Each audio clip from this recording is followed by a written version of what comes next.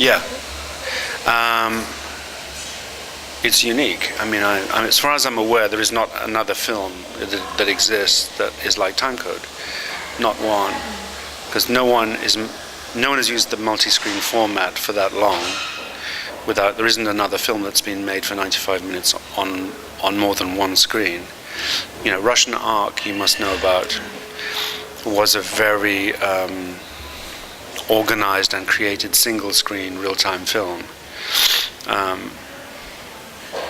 but wasn't interested in the same aesthetic idea as Timecode, which is four points of view, you know, in real time.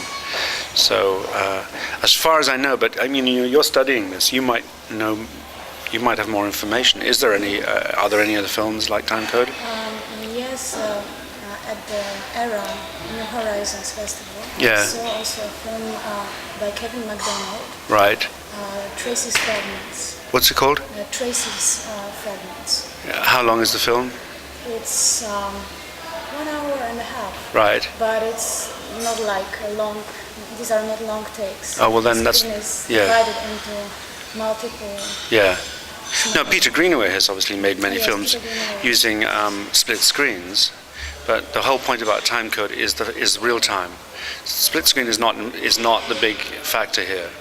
It's the fact that once the 4 cameras start, they don't stop. So you are watching 4 images that have not been manipulated in post-production. So that's the thing that completely separates Timecode from another film, like the one you're talking about, or a Peter Greenaway film, where in fact, you know, a massive amount of work is done in post-production to make a choice about what image goes with another image. In Timecode, there is no choice. You made the choice before we started shooting the film, and then you have to abide by that choice. And then you shoot it again. Of course, my system was to repeat the process every day for 2 weeks until, well, actually, until the money stopped coming, but also one could say until the idea started to work. You know. The reason why I asked this question was because I met with opinions that Timecode is not really a multi-screen film. And, well, I was quite confused because for me it was like... Well, it's a bit like saying this is not a marble floor. I mean, it is a multi-screen film. There are 4 screens. Multi means many.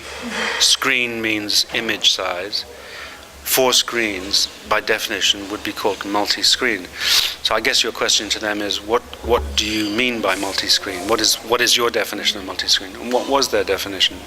I don't know. They enjoyed more, for example, the experiment that Kevin MacDonald did with lots of screens, small screens moving, sure, disappearing, like floating from one. No, but I mean that's, you know, their personal opinion about their enjoyment is a separate conversation than the meaning of the words multi-screen. The issue was, did you like it or not? To me, that's of less importance. Multi-screen means multi-screen, you know. So maybe they need like a postmodernist definition of multi-screen to separate their multi-screen from mine. It's a different debate, you know.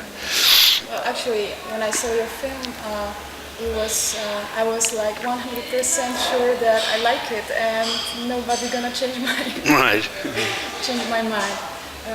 Okay. I mean, it's an interesting thing. When I made the film, and then also when I did Hotel, which used some of these techniques also, you enter a new world, which is that, you know, the world of experimental cinema, of the avant-garde, blah blah blah, and of art cinema, right? And so you meet a group of people, or often students, who are studying the avant-garde or new cinema or something like that, and you realize that their aesthetic approach, or their intellectual aesthetic approach, is very specific. You know, they make, because they've gone into, let's say, the same debate as the modern art world and so on. And then that becomes a little confusing for me, because that's not the reason I did. I'm actually just a filmmaker or an artist who's interested in form. I'm not interested in the intellectual debate about it so much. For me, that's kind of a dead thing in a way. But you do find yourself, whether you like it or not, taken into kind of debates and conversations about dialectics and all kinds of things, which you kind of go, And you find yourself talking, but at the same time you also think, it's really not my interest. And my interest remains in the idea of narrative. Even in photography, I like the idea of that the central idea to all of this is just another way of examining our cultural ideas and the way we relate to each other. And I felt that in Timecode that was a breakthrough for me. That was very useful. It was really, I liked those results in Timecode a lot. So the split screen, multi-screen idea is like, it's not so important, yeah.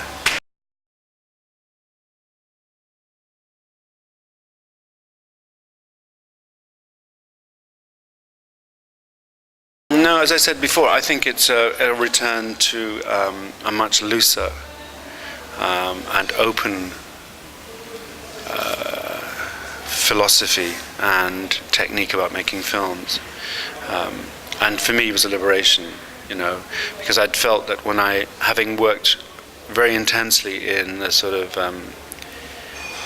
experimental performance and music, and then going into, let's say, the conservative world of mainstream filmmaking, I found it very dull very quickly, that there was such an absence of the desire to experiment. I just always assumed that people who make things must therefore be fascinated by the idea of experimenting with things, because very quickly you get bored with the system of, okay, you make 500 films in this certain way, then surely you must be bored now. I mean, surely you'd want to find another way of making a film, or at least experiment and try something, not just with Dolby or 3D or some technical thing, but with a quite radical, cinema is such an exciting form, potentially, and if you look at the early history of cinema, it's full of experimentation.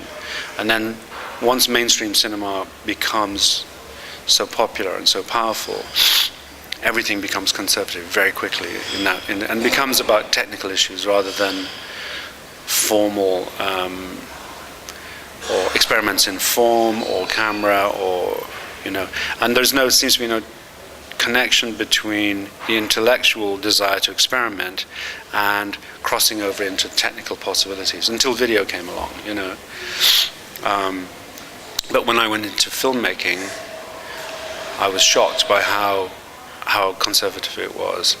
And so I had, let's say, a period of 10 years or maybe 15 years of making quite good films, but at the same time they were still using very, very old techniques for the most part. And so given the opportunity to go back to a looser approach, I took it, and it felt both familiar and it also felt like a very good energy,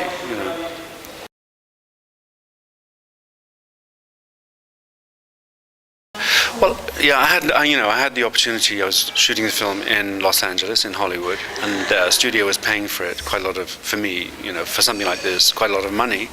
So I I would have kept going for a month if I could, because every time we shot the film every day, and then the last week we shot it twice per day, and each time you shot it, you had to look at it with the actors and with the camera people, and then very quickly make adjustments with everybody. So everybody was participating in this process. And so literally every day there was a radical development from the day before through this process of learning, observing, and then doing it again. So almost like a laboratory experiment, you really wanted more time and more money, because by the end certain things were working really well, and then I started to become less concerned with, let's say, the performances of the actors, because they were now very good. I now wanted to really start focusing on the movement of the cameras and to make some use of camera movement, of four cameras moving somehow in the same way at certain points, to again give this idea of synchronicity. And I would, another week would have been really useful now to start making this second line of choreography, just on camera work. So from a purely theatrical point of view, I chose the last version, because what happened then is that all the performances became very live. When the actors knew this was the last time, they made like a little extra effort. So all the things that had been almost working in the versions before that, suddenly, the way it's very human. When you had one more opportunity, you just make a little bit more effort, and that showed in the final film, I think. So it was, I also screen sometimes at festivals. I screen version 14, which was shot the same day but in the morning.